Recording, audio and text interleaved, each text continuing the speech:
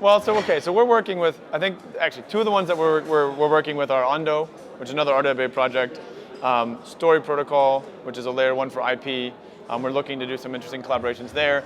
And then we have a number of different other, kind of dApps that are building across private credit, private equity, real estate tokenization, et cetera. I think I played Forgotten Universe, which is a game on Ronin. It's really new. It's kind of an MMO. I think Lumiterra is also a game on Ronin, which has done really great. Ragnarok, Monster World, is also a game on Ronin. It's done really well.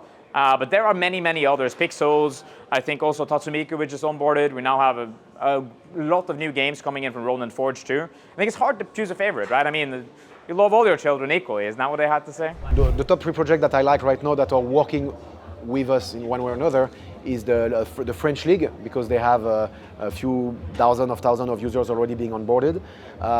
There is in Brazil, it's interesting. We've done something cool, which we announced. It's in Japan. In Japan, we've done a joint venture with SBI. SBI is a massive financial conglomerate. They have 12 million clients. And we're gonna launch fan tokens in Japan through their regulated entities. And we're gonna be pretty big in Japan in the next 2 years.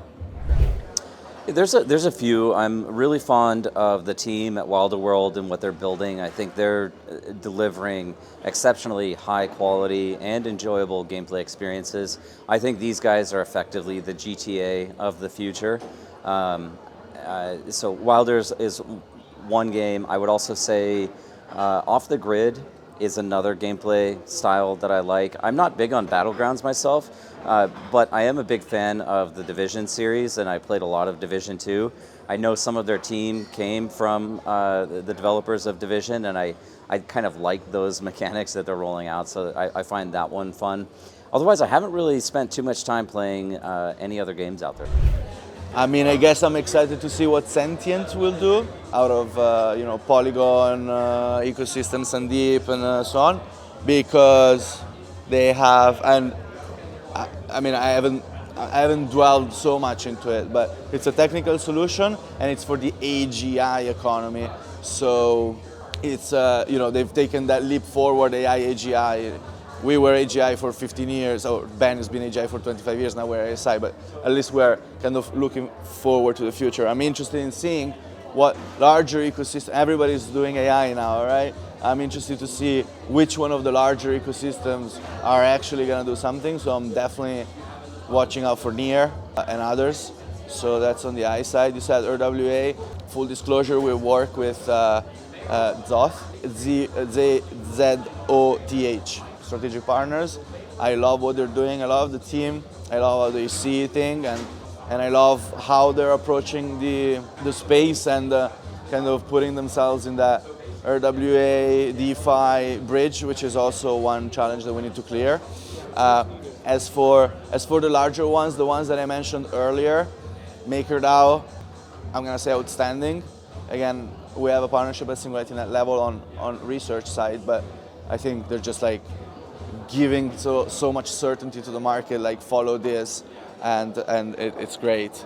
And they're really open end game that they just announced is like creating like DeFi subnets kind of situation. I think is really sub DAOs. It's really powerful.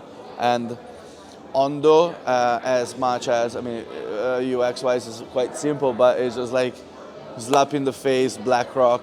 So those three, I think, those two large and Zoth innovation-wise. Gaming, I need to see a AAA game coming to Web3 or us going to a AAA game before getting excited.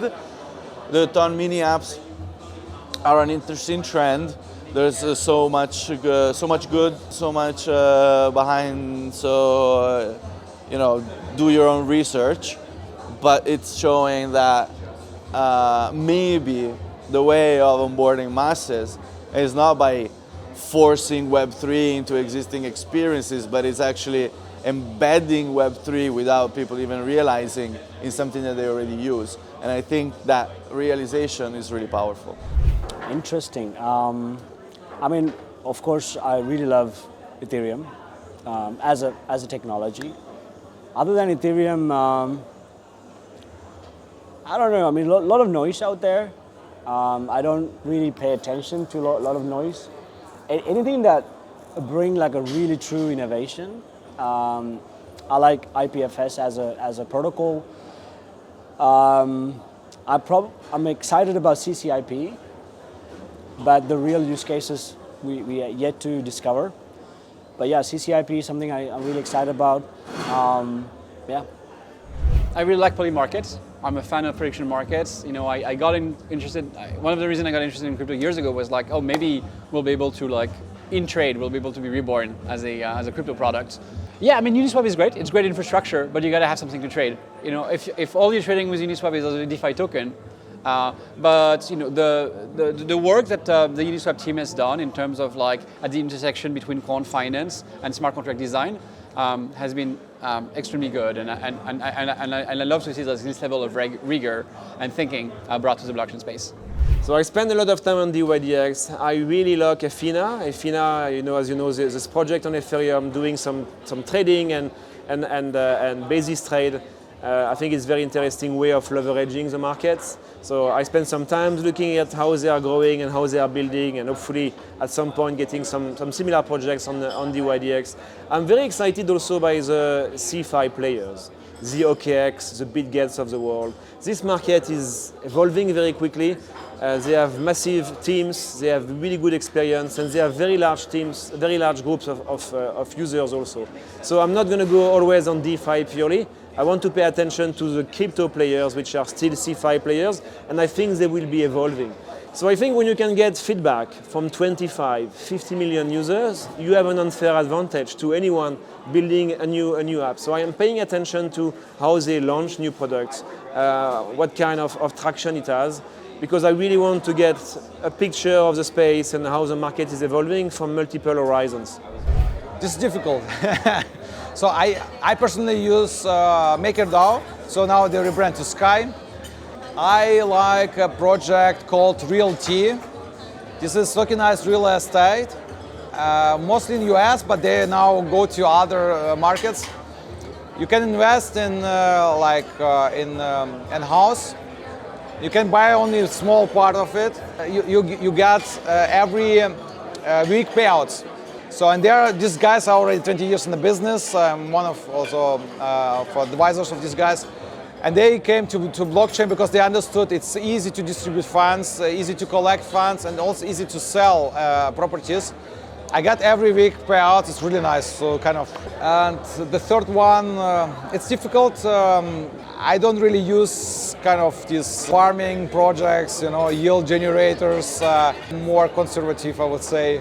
Yeah, I mean, this Fanseal, this company that are now doing Stuttgart, and there are 3 more clubs, I think, coming very, very soon. So that's super exciting because we have what we wanted, have normal people to use blockchain in a transparent way. So it's more about digital collectibles in that way. We have invested now in the first AI project that we think is going to use Chromia. So there's quite a lot coming. There's already people also building DeFi. We have that now on our mainnet. So 3 favorite Web3 projects. I mean, Sky, now rebranded from MakerDAO, right? That's the original stablecoin. I was one of their first investors. Aave, because I think Stani is a visionary genius. Aave is here to stay. And Uniswap, right? Like, oh my goodness, excellent brand, excellent exchange. I deeply believe in, in what the original DeFi visionaries have created, and I will support them forever. My top 3 Web3 crypto projects.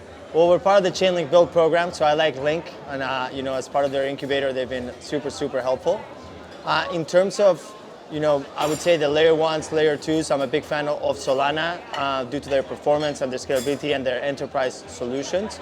And if I had to pick one last one, I'm just going to go for the classic Ethereum because it started it all. It's the parent to the whole of blockchain.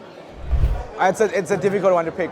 In the past, I would say Polkadot, right? I helped them a lot, but that was like 2 cycles ago. Polygon, I helped them quite a bit. I was working there in the ecosystem. That was major important infrastructure project. For application layer, I think some AI projects pretty interesting. I think some are gonna move the needle well. And I'm still a very heavy DeFi users. I like dydX, a bunch of others. Look, seems like Hyperliquid is interesting, picking some interesting trend and traction this cycle. Metaverse, like some metaverse kind of doing not so good, but some new ones are coming along the ways. Yeah. To be honest, I'm only an investor. Obviously I support Ballet. I personally only hold Bitcoin, so in that sense I'm a Bitcoin maximalist. But I don't pay attention to which projects and their coins have the best investment potential. Okay, so I know a lot of companies are doing great things in the ecosystem to help bring cryptocurrency to the masses, where there's DeFi, where there's more token, where there's more real world use cases or real world assets and all that stuff. Even collectibles, where there's NFTs. I think there's a lot of use cases for that. But for me, from an investment, from a sort of profitability perspective, I don't evaluate those projects. Yeah. Good question. Obviously, Effect AI. It's a project I started 8 years ago. Amazing project. We have good things in the works. I think it's a beautiful project. Biased, naming my own projects here.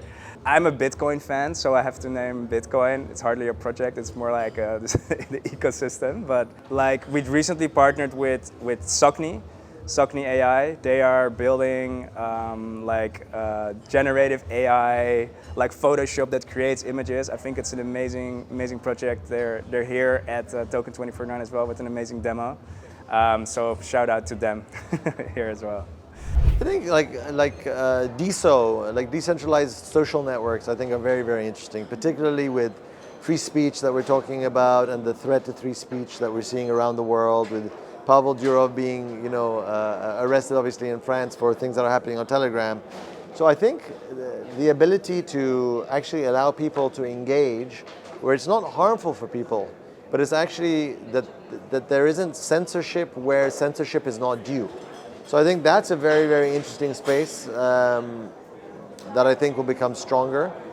I think the ability, I think stable coins is still a space that is going to explode. I think I question a lot about the stable coins that are not the dollar. And I actually do think that over time, stable coins are going to become unstable coins, because I think those currencies are going to become unstable and then the use case will fall away. But I think that will be in the next couple of decades. Well, I think the one I saw this morning was the anime project was absolutely brilliant. The Azuki guy showing how simple it can be to onboard people into Web3. I think the use of stickers is quite compelling. You can now see it on X. Everywhere on X, people are using stickers and getting rewards for using stickers and helping promote other projects. So those are quite good on the adoption side. In terms of how Web3 is changing things, I genuinely believe that DeFi and the way of investing has been massively changed. And so I'm a big fan of DeFi projects. Like ZilPay on the Zilliqa network are really important. So they can use simple exchange, simple token exchange and swapping.